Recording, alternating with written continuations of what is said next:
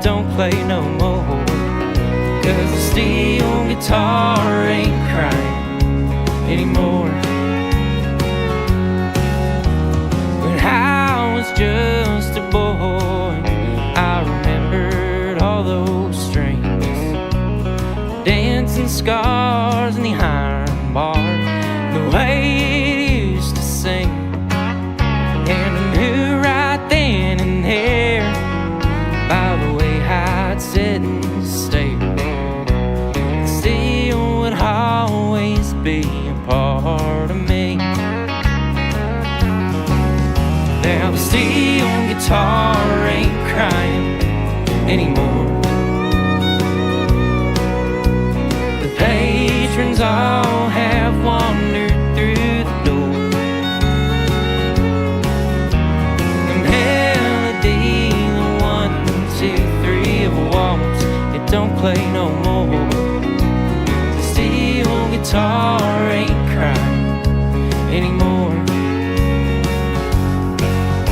And I don't want the twang of that old electric guitar, or the swinging of the strangers in a big honky-tonk bar. Give me that old tune that Grandpa used to play with the old crying steel. Well, I'm crying in the rain.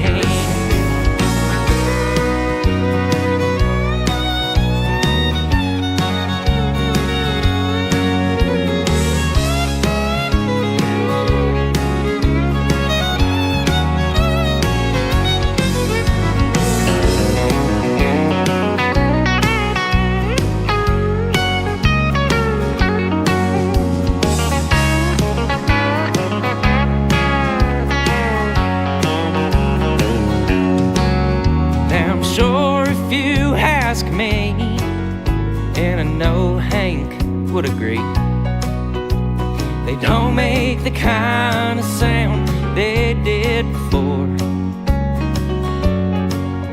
Now there's none to do but sing the blues and show myself to the door.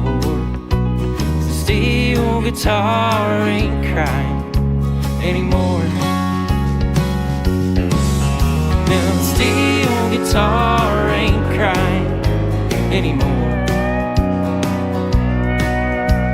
The patrons all have wandered through the door. The melody, the 1, 2, 3 of a waltz, it don't play no more. The steel guitar ain't crying anymore. And I don't want the twang of that old electric guitar, or the swinging of the strangers in a big honky-tonk bar. Give me that old tune that Grandpa used to play with the old crying sea. Well, I'm crying in the rain.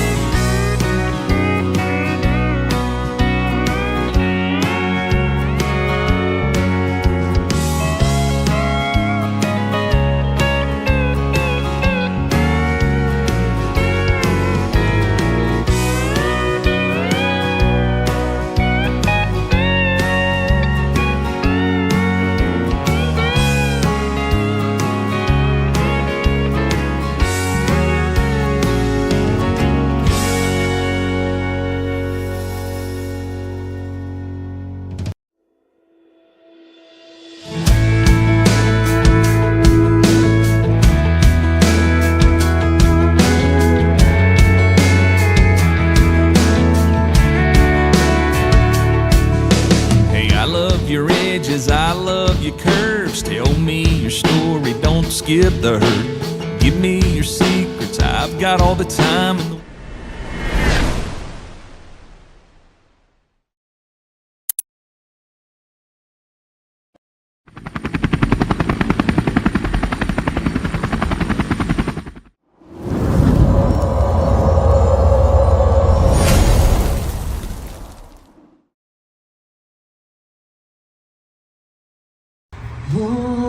Say, can you see by the dawn's early light what so proudly we hailed at the twilight's last gleaming, whose broad stripes and bright stars through the perilous fight o'er the ramparts we watched were so gallantly streaming, and the rockets regular, the bombs bursting in air, gave proof through the night that our flag was still there. Oh, say does that star-spangled banner yet wave o'er the land of the free and the home of the brave?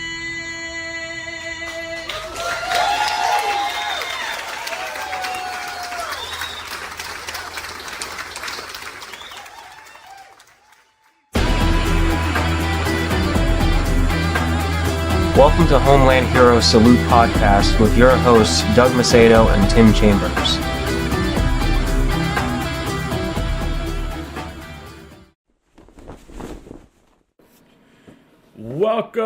Welcome everybody. Welcome to another episode. I'm your host Doug, and this evening we've got a guest with us. Just a big shout out to our last guest and everything. I want to say thank you for definitely coming on, and all of our supporters, viewers, sponsors. Want to say thank you to all of them. Without further ado, I want to introduce Ben here. He is an Air Force veteran. He is now a civilian and also a podcaster just like us over here. And welcome, Ben. Welcome. Appreciate it. You're welcome. So, it's giving a little rundown on you as we were just talking. So you spent 7 years, how many months and days? 11 months and 23 days. So I yeah, we're close. You were Yep. 7 years, 11 months, 23 days. I'm Yes, sir. 9 years, 11 months, 28 days. But who's Yep. counting? right. So give us some background on you, and we'll get it going.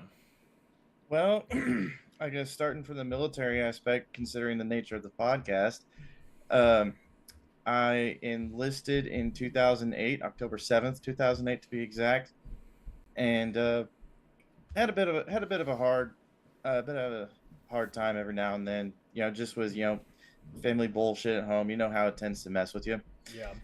And I was stationed at Altus Air Force Base, Oklahoma, the armpit of the freaking state. But at least I got a couple of decent deployments under my belt, so I was never there for long. I didn't stagnate long. Yeah. Or didn't stagnate at all, honestly. Yeah, I mean that's. I would say I was stationed out in Guernsey, Wyoming. Yep. Kansas, out in Kansas at Fort Riley, as well as Fort Leavenworth. So Oof. those are some armpit areas as well, because I'll tell you, there's nothing out there at these places. And admittedly, while there's a lot of people that, if anyone has been to Altus, they'll definitely say the same thing that I just said previously. But honestly, coming from the perspective of a small town kid from Texas, you just got to find shit to do. Correct. You just gotta, go for a drive, go blow some shit up, don't get arrested, and you're good. Yep, absolutely. And usually the places you gotta stay clear of are bars, strip clubs, Yep. and nightclubs. which is funny because the one place that has the biggest congregation of enlisted and officer personnel happened to be a now defunct club called Scooters. Isn't that hilarious right there, man? Oh, yeah, plenty of stories out of that joint. Oh my gosh. Well, I can only imagine, you know. Mm, I remember the yeah. doll. I remember the place outside of Fort Riley, the dollhouse, and the one-armed bandit there. Oh yeah. That yeah. That we'll call her the one-armed bandit. Oh jeez. And leave it as that. But Gosh. yeah, you definitely do. I mean, coming from a small town person, like Mm-hmm. yourself, unfortunately, I did not come from a small town. I came from a big town, big city, which is Daytona Beach, Florida, and Mm-hmm. yeah, party central, man. You know, Oh hell yeah. you got spring break. You got BCR. You've got Orlando, which again, that's a big party central, which is only 45 minutes north. 45 minutes northwest of Daytona. You got Nice. Miami South, and then you got all your Bike Week, Turkey Rod Run, all this other stuff going on. That's like party central for everything. So Oh, okay. yeah, So endorphins were pretty high where you were at, or absolutely not necessarily endorphins, but dopamine. dopamine. Yeah. From anything, it was crazy. And then getting Mm, stuck in a small town area, out into the, as what you would call it, the bumfucked Egypt. oh yeah. It's yeah, there wasn't much to do, and that you had to figure it out. And as everybody always hears, fuck around and find out. Well, in Mm-hmm. a place like that, you will find out, and enjoy it. So good times. Oh, for sure. So Most definitely. so what was your MOS when you were in? I was a 2A5. Oh, sorry about that. I was a 2T251. I had previously was a different career field, so that's why I got mixed up with my codes. Nah, you're good. But I mean, it changes, so it's you never. When people say things nowadays, it's like, yeah, that's not the code anymore. What is 88, Mike? Oh well, Mhm. it's this, and it's like, oh, the hell is that? You know. Oh So, yeah, for sure. yeah, And and of course you got people with different branches. They're trying to figure out what the hell you are, and little do they know they're probably even a similar career field. It's just a different terminology. yeah, Um, like hell, for instance, my tech school instructor, AIT, if it was Army, yeah, she was an SK1 in the Navy, but actually had the same career field as us. It's just that we stayed on the land and she was in a boat. yeah. So, Yeah, and see, I mean, I was an 88 Mike Motor T, and so that was like my job, and I think we also were stationed. I mean, at Fort Leonard Wood, Fort Lawson Woods. Even I believe the Marine Corps had their truck drivers there, mhm. but I forgot what their numbers were. But it was like it's 4 digits, and it's like, what the heck That's is? freaking weird. It's like the hell is that? Okay, yeah, whatever. But it was different. But it was good times, and spending the time Oh, in for there sure. was always good. What was some areas that you went like? What was one of the most I would say places that you like unique places or one of the best places that you've ever went to being in? Honestly, that's a tough call because I went over the course of 7 years. I went on 4 deployments, and it's not the typical 9 month deployment or anything Yeah. like what you guys get on Army side is a 6 month. So I guess kind of lucked out on that regard, but I don't know. There's something good for each and every one of them. I would have to say to get. I would have to say the best one was probably one of the quote unquote vacation deployments I went on. It was Ali Al Salim Air Base in Kuwait, Yeah. where and the reason I say that is because at the point where I went there, it was during let's see, it was 2012 during the Afghan drawdown, I believe.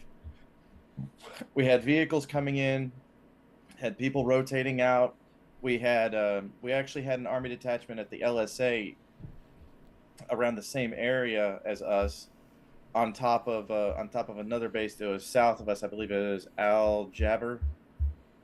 That was primarily, completely and totally Army, and so we would have Marines, Army, you name it, even some Navy people with their blue digital camo Yeah. coming in, and it was just a really interesting time because being Air Force, we don't train with armored vehicles unless, of course, we're doing jet tasks, Yeah. or anything of that matter. But seeing as how I was an air transportation specialist, we have to figure out how to operate these vehicles at least enough to make sure that they're functional and we can load them and unload them off the aircraft. Yeah. Along with having them properly restrained and all that good shit. So, LAVs, Abrams, pretty much you name it, we got to mess with it. Yeah. And all that plus a 10-speed 10-ton. So that was kind of fun. So I guess that basically tops everything, just because the variety of experiences. I mean, I'm a bit of a weirdo when it comes to showing, like, the whole shiny complex, Yeah. I guess you could say. Yeah. You show me something cool, I want to get my hands on it and know everything about it. So Yeah. Yeah, I mean that's the normal. I mean, even as a truck driver, that was the same thing. It was like, ooh, that has wheels, and I can drive it.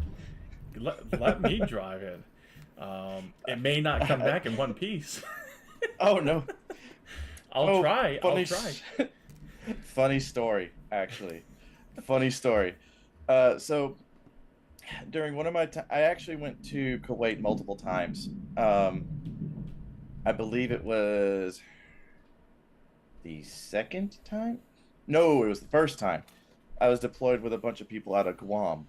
Yeah. And those guys, the one thing that they absolutely love to do more than anything else is freaking cook, right?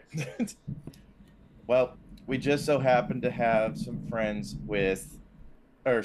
up top in the DFAC areas, the mess hall. Yeah.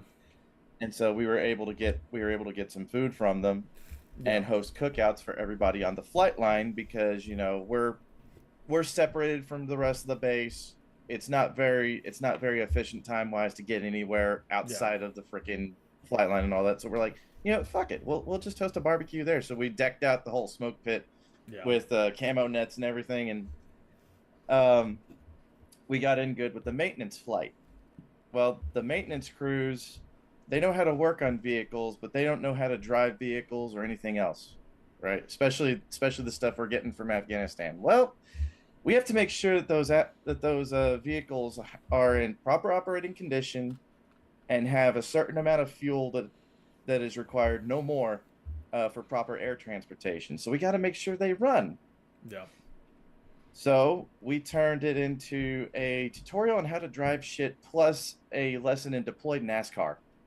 Or a deployed NASCAR session. So you got freaking hospital MRAPs and Humvees just doing circles and everything. People thought there was a dust storm heading our way. It was just us fucking around.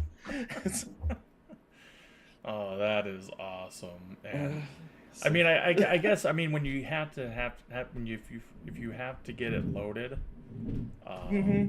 and transport it. I mean, it's like anything else. You got to have some kind of fun with it. And you got to make sure the brakes work. Absolutely. I mean, Yeah. all else. I mean, if something fails, you got to be able to put the brakes on at least. You know. That's good times. I would say. Yeah, for sure. Oh, for sure. So that would be one of the best. One of the best unique places you've been. Yes, sir. What's the most shithole place you've ever? let's switch the table around and say where's the most shit place you've ever been. You know. So, there's two ways to look at this. One, the place where I had the absolute worst time in in the most freaking mundane bullshit kind of way, or one that was a literal shithole in that the pipes froze and a football-sized piece of shit was found in a Cadillac and I had to step over it. Yeah. Let's go with the former instead of the latter. Yeah. There is nothing worse than going on deployment orders and going somewhere that's basically another stateside base, just in a different country that doesn't speak English. Yeah. Incirlik Air Base, Turkey. It was 2010 to 2011, and Wow. I absolutely freaking hated it. Outside of all the we can obviously do things and everything after our shift is covered and all that good shit. Yeah. I'm not about to say this place is a prison on planet bullshit. Nothing like that. Yeah. But it's you go looking for something interesting, and you find yourself being delegated worse than your home station. Yeah. And it rubs you the wrong way in the worst way. Yeah. So I would say, yeah, because I mean, again, even with deployments, under the belt, it's like, when you have to, like, for instance, me burning a shitter, and knowing I still had, I had to do that. It's like, yeah, that's not something I ever wanted to do ever again. No. Memories like that just kind of, they sort of cement themselves in your mind. Yeah. Well, at least the smell did. Of smelling shit. And it's not just, your own shit. It's like everybody's shit. No. It's communal shit. Yeah. It's a whole family of Mr. Hanky, the Christmas poo from, yeah. Yeah. Yeah, from Jesus, what's that show? South Park. South Park, yeah. Yeah, you're just stepping up, going in for your turn, and they hand you the stick, and you're like, howdy frickin' ho. Yeah. And it's definitely not Christmas. Yeah. But yeah, that's some good times. So, did you when you're getting out? I know we were talking. It's like when you're getting in, you get so many months of training and stuff like that, and then you get out. And this is not shitting on the military, but it's just again, it's how transitioning in to transitioning out. You get so long to get trained, but then when you get out, you get so little of, hey, are you ready? This is what you're going to be doing. Here's where the area you're getting dumped off at. You're not getting a one-way ticket back home.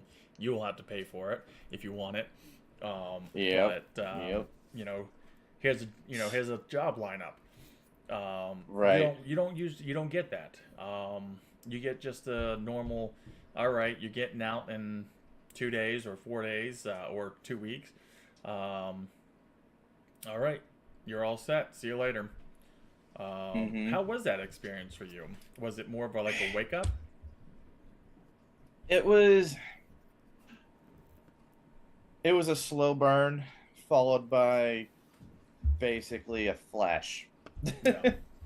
So slow burn in that they have this transition program thing set up, at least whenever I was getting out in 2015, um, where they basically they basically set you up with helping to write resumes and all that good shit. They're like, hey, there's this new thing called LinkedIn, you better make a profile, things of that nature, Yeah. just basic level stuff. Yeah. And and at first it was like, okay, cool, I could just waltz my way into this. And then it was only later on that I realized exactly how half-baked everything was, Yeah. especially whenever you're out in the workforce and you're trying to translate all the stuff that's on your DD-214 so that a civilian can see what's going on and is like, okay, what can this dude do to help?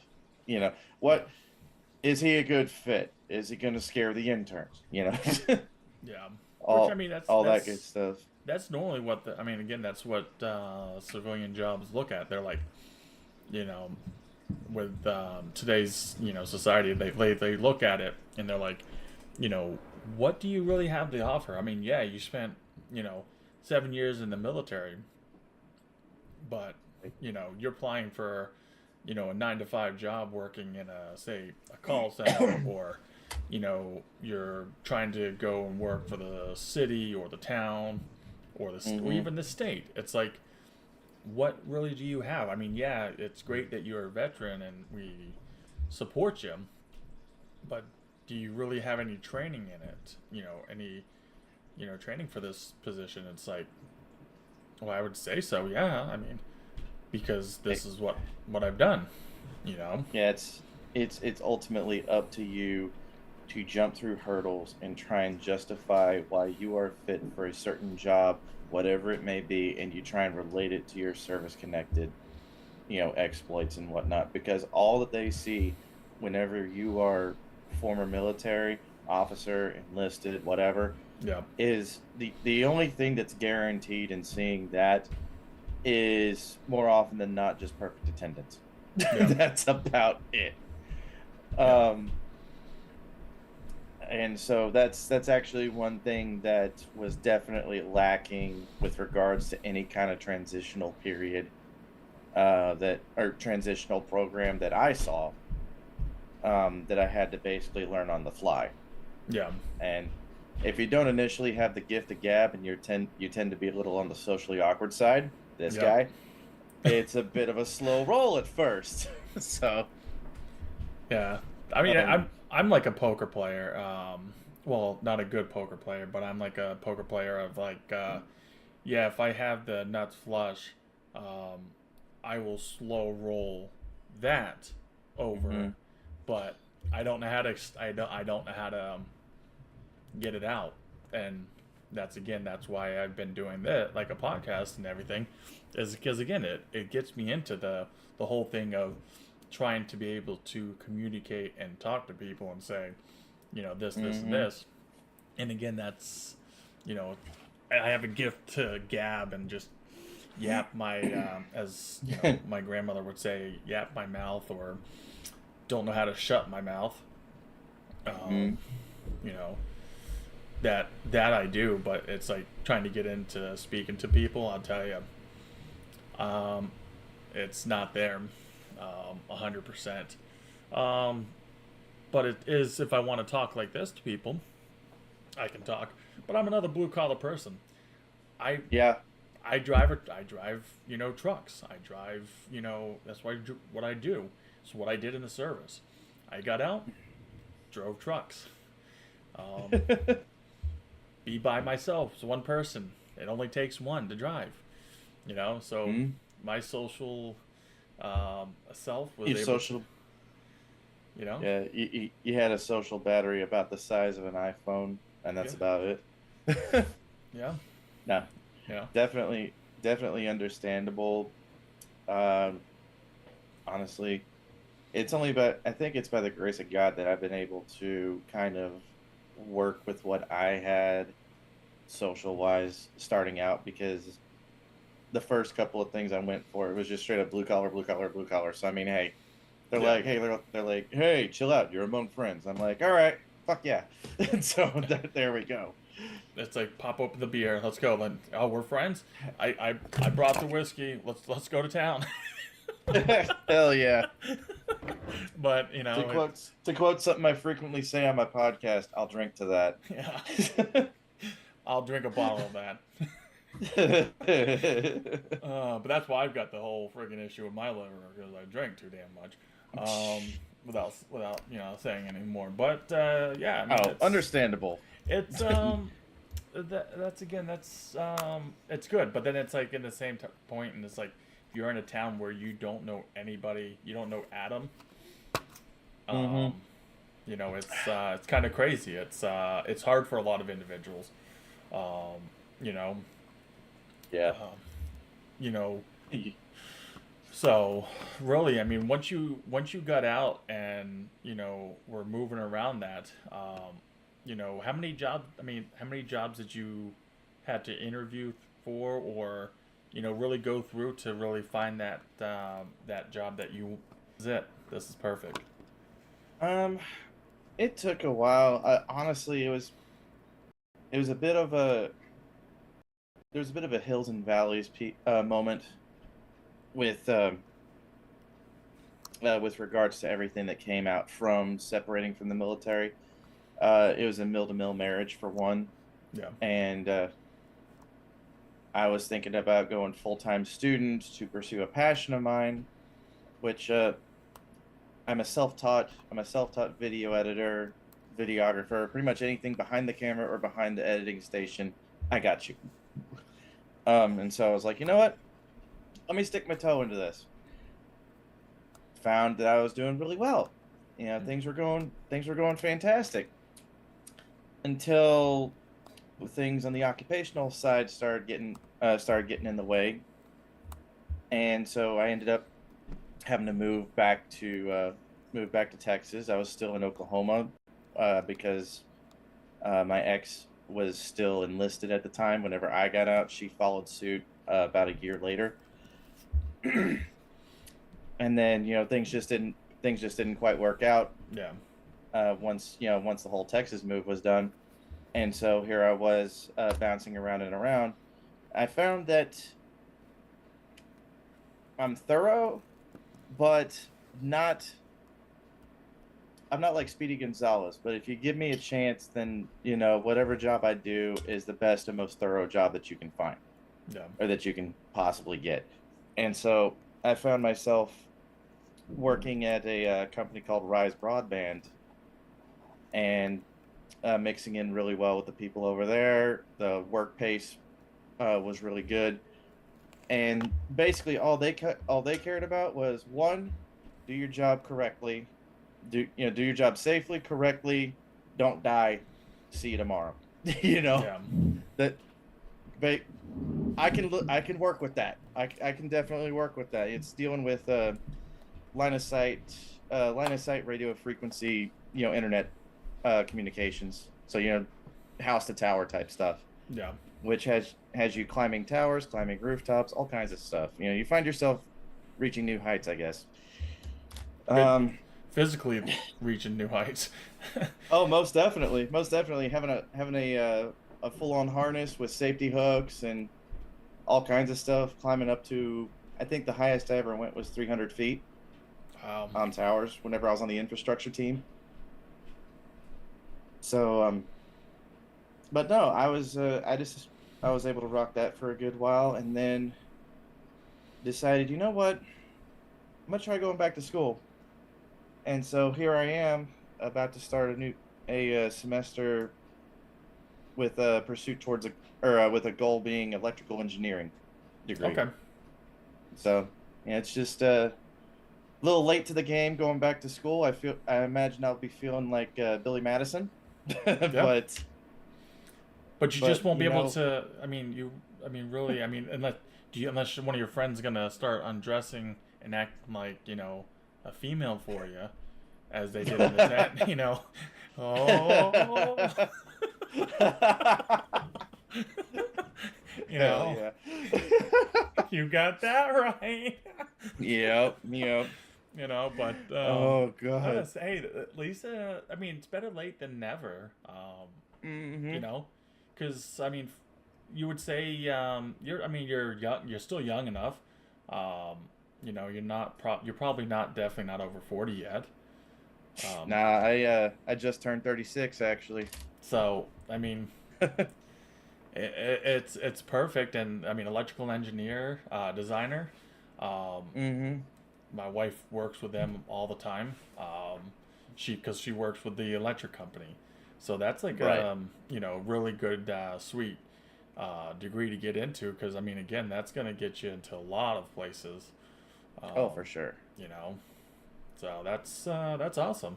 You know, Yeah. did you ever run into any challenges or hurdles or anything that you had to, well, any challenges that you've had to hurdle or go around or jump over? With regards to just Um, progression from. Probably from both. I mean, both from once you're getting out of the service. I mean, because with I mean, still, you probably. I mean, I know as you were saying, your you know, deployments and stuff, but you know, didn't know if you had any challenges from that from any deployments or anything, um, or you know, just any physical challenges as you're getting out of the service. Because I mean, again, us, you know, us guys. I mean, when we're getting out of the service, all that PT in the morning, Oh yeah. you know, your body's gonna take some tolls and get some, you know, beaten to it. Oh, for sure. You know, my body's got both my knees don't want to work right. My back, you know, is Hmm. kind of screwed up. My head alone is screwed up. My wife always says that to me every day. Oh, you act like you're 10 years old today. Oh, it's better than Yeah. yesterday. I was 9. I'm doing good. I'm going in the right So, direction. yeah. But yeah, did you have any of that any challenges or anything like that? Honestly, on a in a physical nature, whenever I was enlisted, there were definitely some issues. Nature of the job type stuff, because with the air transportation specialist, anything that goes on the aircraft goes on from us and Yeah. comes off from us. Yeah, we're the first and the last people to touch that shit. And that's including but not limited to, whoops, excuse me, a full load of 40 some odd pallets that you would find in a 747 that's about 10,000 pounds apiece. And it was sitting on a floor with roller trays that seemed to have been lubricated by playground sand. So, Yeah. need I say more? Yeah, they didn't roll. It's They did not roll at all. No, as a matter of fact, there was one time. One time I was on a download mission, and no, it was Turkey, and it was an Evergreen 747 that had some munitions that were supposed to go out to Kandahar. I remember having, I remember realizing how useless the roller wheels were when I was able to use the roller wheels as ladder rungs with the heel of my foot as I was pushing it with my back. Like, it doesn't get much more stuck than that. Absolutely. But Absolutely. but yeah, no. So things of that nature, throwing my back out constantly, having to use a 70-pound pry bar to fix several thousand-pound pieces of cargo that the dipshit A1Cs got stuck. Um, and well, even a couple, or even an instance or so of falling off a C-17 ramp, which that's about a 7-foot drop. Yeah. So, so yeah. Uh, So I mean, yeah, I mean, it's you got some challenges and stuff that you've Oh, had for to. sure. Oh, for sure. So I mean, yeah, you're definitely not going to be doing powerlifting of 600 Oh no. pounds and stuff, but No, by all means, definitely stay in shape. But I'm not gonna be, I'm not gonna be running like Usain Bolt or anything anytime soon, unless yeah, you shoot me up with a shit ton of adrenaline. yeah, Um, but that's pretty much it. Like, with regards to physical issues, leaving, coming out of the military and everything. Not necessarily a spring chicken, but also, I guess you could say, having old man strength, so to yeah, speak. even though I'm not exactly old. Yeah. Um, I feel it. Trust me, I feel you. I'm not old. I'm 40 years old. But again, my wife says my body. I act like a 70, 80-year-old man, but with my body. But when it comes to my mind, it's like a 10-year-old child. Same thing my wife says, honestly. So I mean, I get it. It's those things. But Ben, I mean, I want to get into. I know some more of the stuff and everything is now with all that. I mean, it sounds like you. I mean, it sounds like you so far have found your little niche of what you're doing. You know, even though you're going back to school and you're probably are you using like your GI Bill, or are you using I'm using VRNE, Voc Rehab. Okay. In order to go through with this, because my the GI Bill was exhausted for all but 4 months, and so I had to go the Voc Rehab route. Yeah. And so there's a path laid out. Basically, I get my associates with Voc Rehab, and then in pursuit of the bachelor's degree, I'd be able to get a job with the associates, and then use that to keep the lights on, and use Hazelwood for the bachelor's. Yeah. So, you know.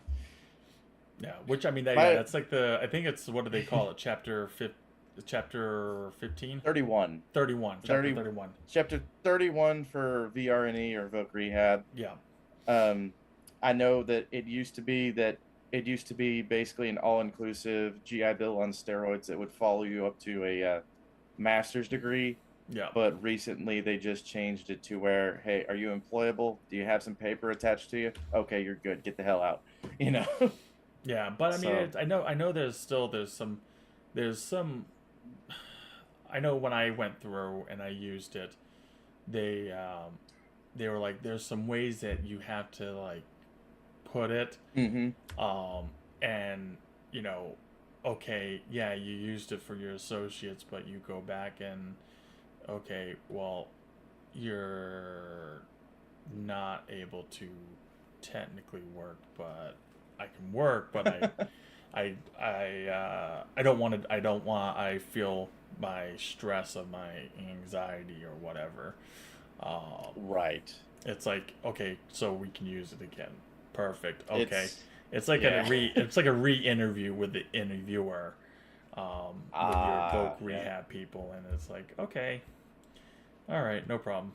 But it all depends on some of the you know, the states and stuff. Oh yeah. So admittedly, when it comes to that, I'm kind of thinking on my feet. Yeah. With regards to it, I'm like, okay, what do I get and what do I need to do? Okay, cool, awesome. I'll see you in a week. Okay, got all this stuff done. Now what's next? You know, just basically. Yeah. Going from one thing to another. There's also, I mean, I know there's some even companies, even if you got your associates, but you're working towards your bachelor's.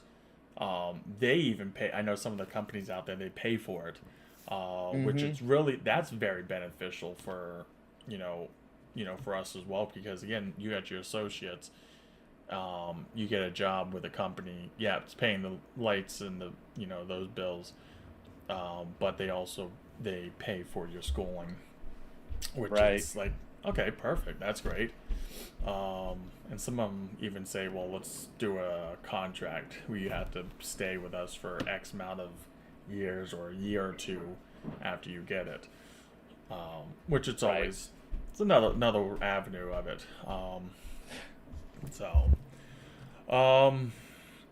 mean, with going into the other stuff, as we were talking before as well, is you have your own little podcast that you do. Yes, sir. Tell us a little bit about that. Because what we're going to do is down below, we're going to have the links to all that stuff. So all the followers, the viewers, they're going to see this stuff, and we're going to be posting it down below. So, just check it out. As you guys see it, just click on it, and, make sure you guys share and like and follow and all that stuff, because we all need our subbies. followers and everything. So, so give us a little background on that, Ben. Tell us the name of the podcast and stuff like that. Yes, sir. Well, the podcast, we decided to put a little bit of a alliterative spin with a little bit of fanciness to it.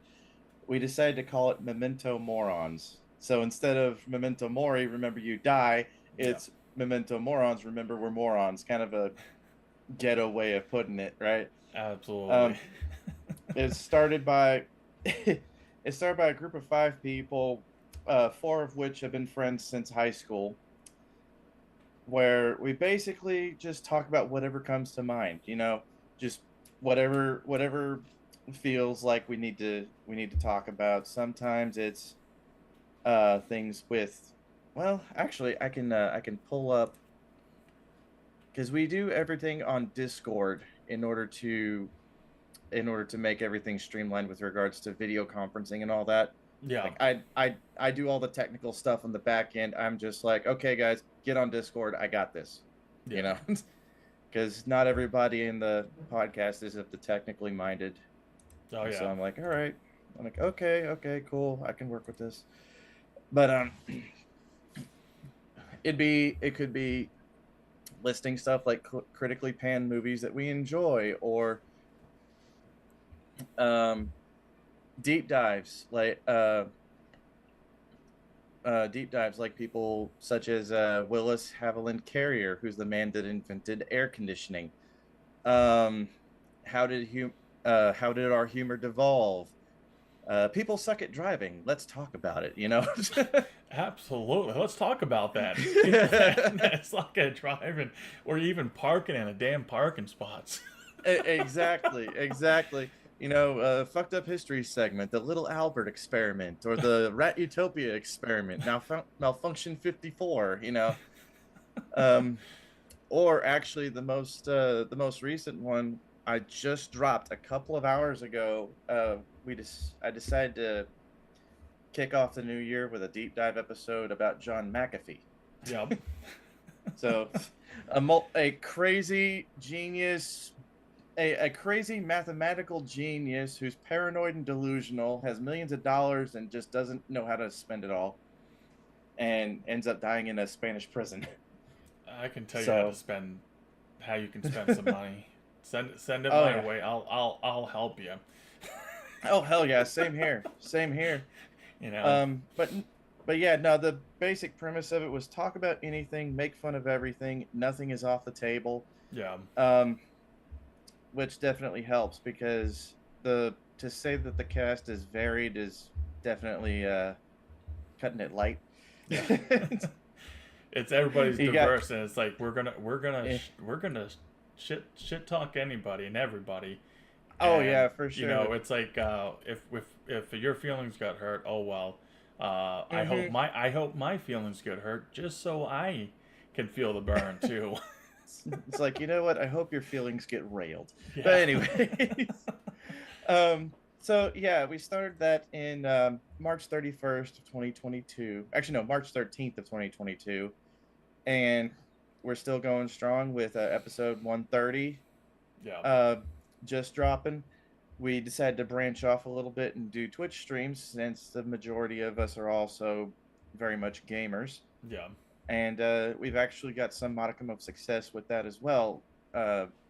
We've got a little bit over 100 followers on there, which is enough to monetize us with affiliates. So, I mean, hey, there we go. Yeah. We were sponsored for a bit on Spotify. However, Spotify decided to dangle the carrot a little bit higher and took away our sponsorship. Then we get back to it, and then they dangled it a little bit higher than that. And I'm like, well, Jesus Christ. Yeah. So, but we're still pushing on. We're on pretty much almost every major platform, with the exception of, I think, maybe Good Pods or something, but I'm working on it. Yeah. Hell, if you search for us on Google, I think we take up the first 3 pages. Nice. So nice. Mm-hmm. That's pretty friggin' sweet. Yeah. But yeah, so it's basically the podcast for the outcast, so to speak. Perfect. I mean, that's definitely something, all the viewers definitely need to go check out and look at. And I'll tell you, it's definitely going to be entertaining. And, it's like anything else. We all need to support each other. And, as you saw, I mean, as you're on here now, it's like I went on to, one of the social media platforms. Because again, it's like, I can't get just like everybody and anybody that I want. I go out sometimes onto different social media platforms and post and saying anybody's looking, I'm looking for some guests. Because again, it's just, us veterans sticking together and be able to support one another because we are a family. We're technically, just an extended family. And that's what it's about, in the veteran military community.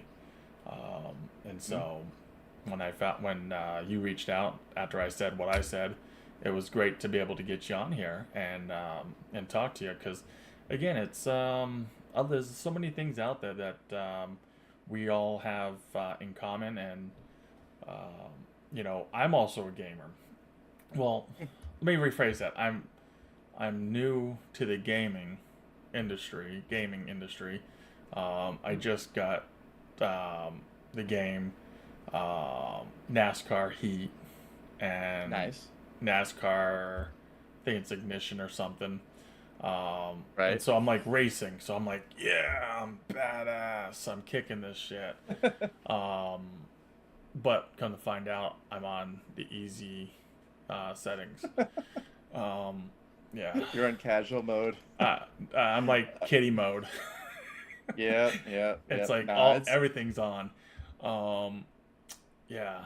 But I mean, it's all new. It's and I just got onto Discord, which I didn't even know Discord was even Discord. I didn't know anything about it. But that's where a lot of people are on there to, with gaming, which is nice. But yeah, so it was nice to get you on here and talk to you and get some of that information out. But to all the viewers and everything, again, everything's gonna be pinned down below. Check them out. Do you guys have like a website, or do you guys just have all the social media platforms for your guys' podcast? We're working on a website right now. There's a lot of technical stuff going on the back end. Like I'm actually even making dedicated game servers, like actually setting up dedicated game servers, self-hosted, for Patreon and for Patreon subscribers and things of that nature. Yeah. Website is definitely next. We just haven't gotten around to it. Yeah. So yeah. Which we all get. It's like it's not like everybody goes out and gets a damn website. Like, get it. That's like one of the things that's like on the list, but it's not the first thing to do. Oh, definitely, especially if time is short and you're on a shoestring budget. So yeah. The game server that I started out with is an old recycled gaming rig that I built in 2012. So I mean, if that's any indication, it runs it runs amazingly, but I mean it's not all that fancy. Oh, listen, hey, I started out doing podcasting and it was on my laptop, okay, and my laptop had barely anything left on it. It was on its last leg. Oh yeah. So I was doing that, and that was, I mean, on a $200 laptop. Hey, there's nothing wrong with that as long as you got a camera and a mic, right? Absolutely. And I'll tell you, at first I'm like, oh, I got a wine taste, but I've got a beer wallet. I'm a broke man trying to figure this crap out. Same. But it's good times. That's good times. It's one of the things that got me out and about, be able to get myself, be able to move up, and now I'm got a computer tower and 2 screens. I got a screen looking at and a screen up above. which Oh, then yeah. I couldn't even get my camera to work until you came on and gave me my desktop support. Just unplug it, plug it in, plug it back in. Oh, that And worked.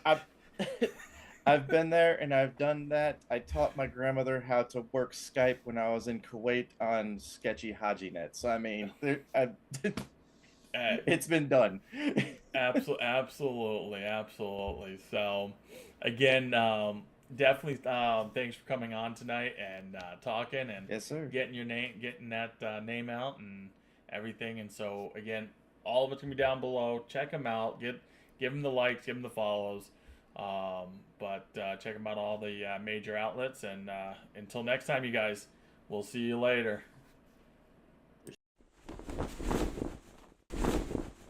Thank you for supporting Homeland Heroes Salute Podcast. Please make sure to like and follow Homeland Heroes on all of their social media outlets. Homeland Heroes Salute Podcast is a Foo Bar Studios Sinista1 co-production.